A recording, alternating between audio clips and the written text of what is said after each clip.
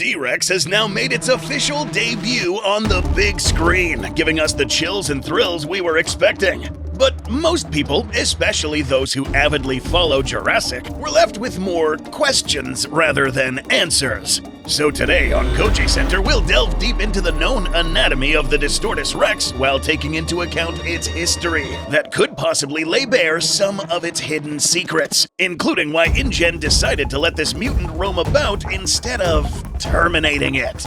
Today on the analysis platform, we'll begin by displaying a completely accurate model of the Distorted King. Soon, we'll get into the anatomy and find out a few interesting details that sets this creature apart from the rest. Before that, we'll give you a quick rundown of everything we know about the history of this creature. The opening text for Jurassic World Rebirth explicitly implies that Distortus Rex, along with its other mutated kin, were created more than 17 years ago. More than, because this D-Rex had evidently been wandering about for some time already, given its size at this point in the early 2010s. A reminder that all InGen creatures, both big and small, were all genetically modified organisms, and therefore their growth rates were all enhanced. D-Rex wasn't going to spend 8 to 10 years growing to adult proportions. On the contrary, D-Rex could have possibly been created as early as 2007 or 2008. The place of its creation also gives us insight as to exactly what they might have been trying to do here.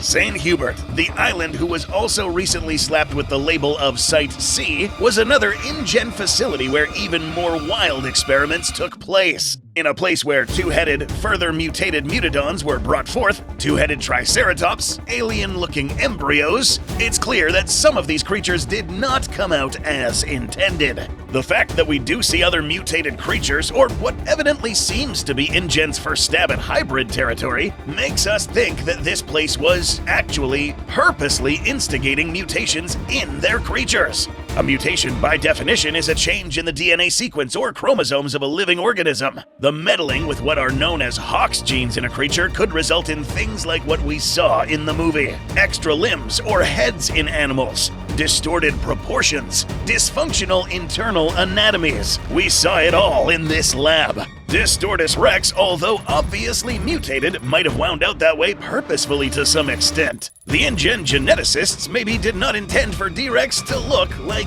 this, since really this doesn't really look like the most marketable creature to sell tickets. And funnily enough, both in universe and in real life, a whole lot of people showed their disapproval of this animal. So you can imagine the marketing flop this mutant would have made once the public got a whiff of Jurassic's next big attraction. We say next because at this point in the Jurassic timeline, Masrani was already planning the next big attraction for Jurassic World. Rexy, being a T-Rex, was already going to sell tickets, but as they say in business, adapt or die. The audience was eventually going to get tired of the same attractions and would eventually want to see something new. And these guys knew this. Now, it was quite possible that Simon Masrani was unaware of everything that they were doing in Site C, proven by the fact he didn't even know what the Indominus Rex was made of or was capable of. A lot happened under his radar, and these mutants were very likely some of those things. D-Rex, upon hatching or while growing up, was given the name Distortus Rex. You don't give that name to something that isn't malformed, so clearly this animal had a few things wrong with him.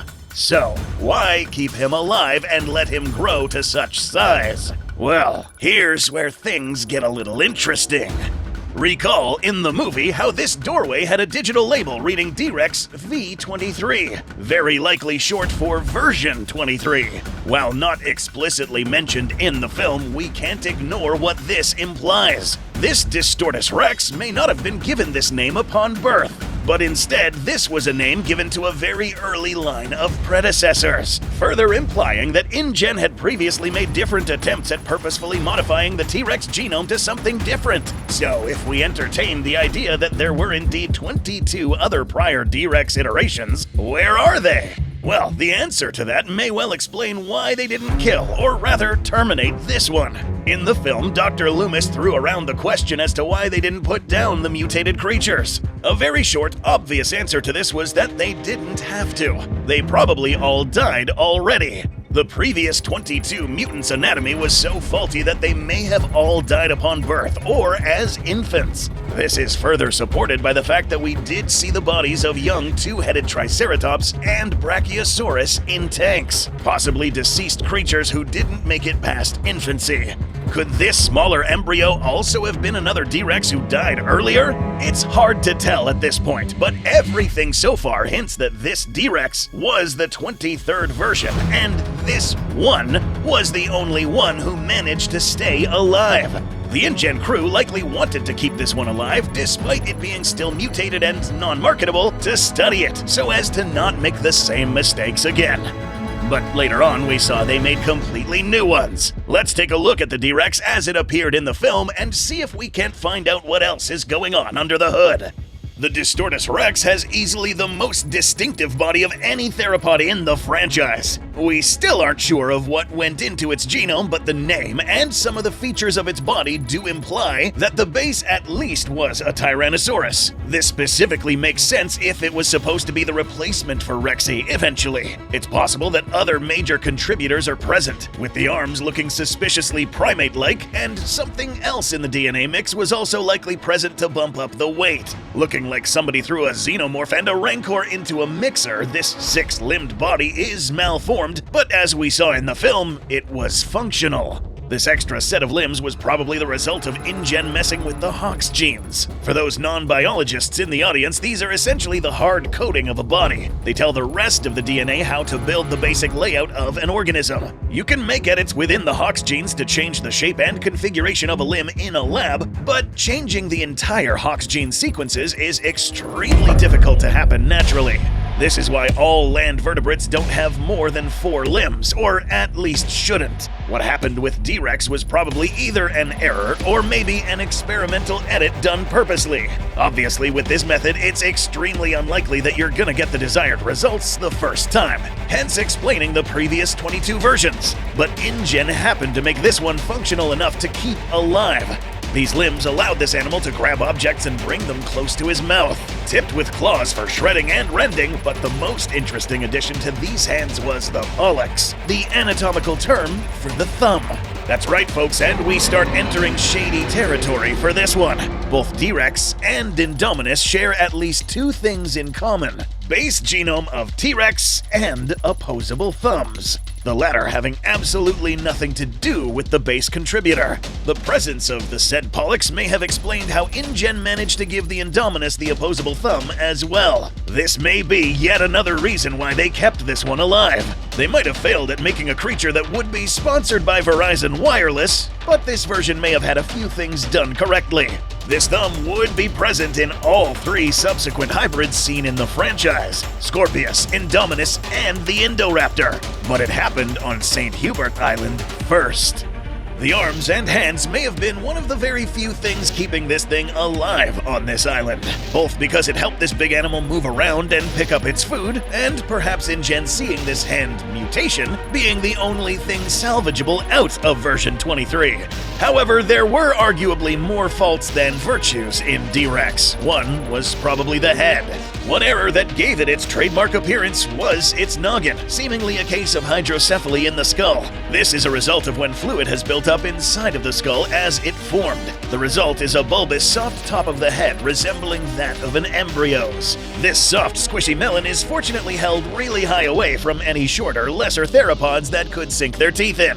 Had the D-Rex been shorter, this guy wouldn't have survived its first theropod matchup. But being extraordinarily large came with some negative side effects. Note how this creature has a distinctive hunched back and a very thick, or lack of, a neck, likely another deformity from Hox editing. This awkward skeletal anatomy means that some of the theories we presented prior to the release of the film were indeed true. This animal wasn't the fastest, and definitely not a pursuit predator. As it grew to larger proportions, it would have been encumbered by its increasing weight, making hunting lighter animals more difficult, forcing the Distortus to adapt and alter its hunting methodology. One thing you may have noticed in the film was that you never really got to see Distortus Rex in plain sunlight, but rather at nighttime.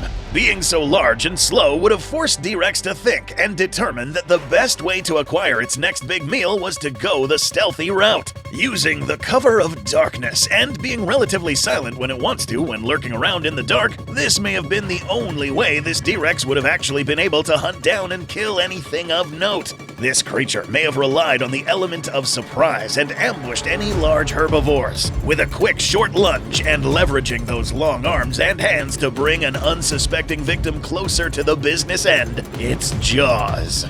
Now, based on this anatomy, that being with longer arms and a short neck, we'd like to think that almost every case where D-Rex is fighting or hunting, the hands are deployed first. And that is precisely how we saw 2 people get eaten by D-Rex. This bite was backed up by jaws that could crunch through a helicopter. We're going to ignore the fact that this animal miraculously grew to 25 meters in height to achieve this, but the bite itself says a lot about what this creature is capable of.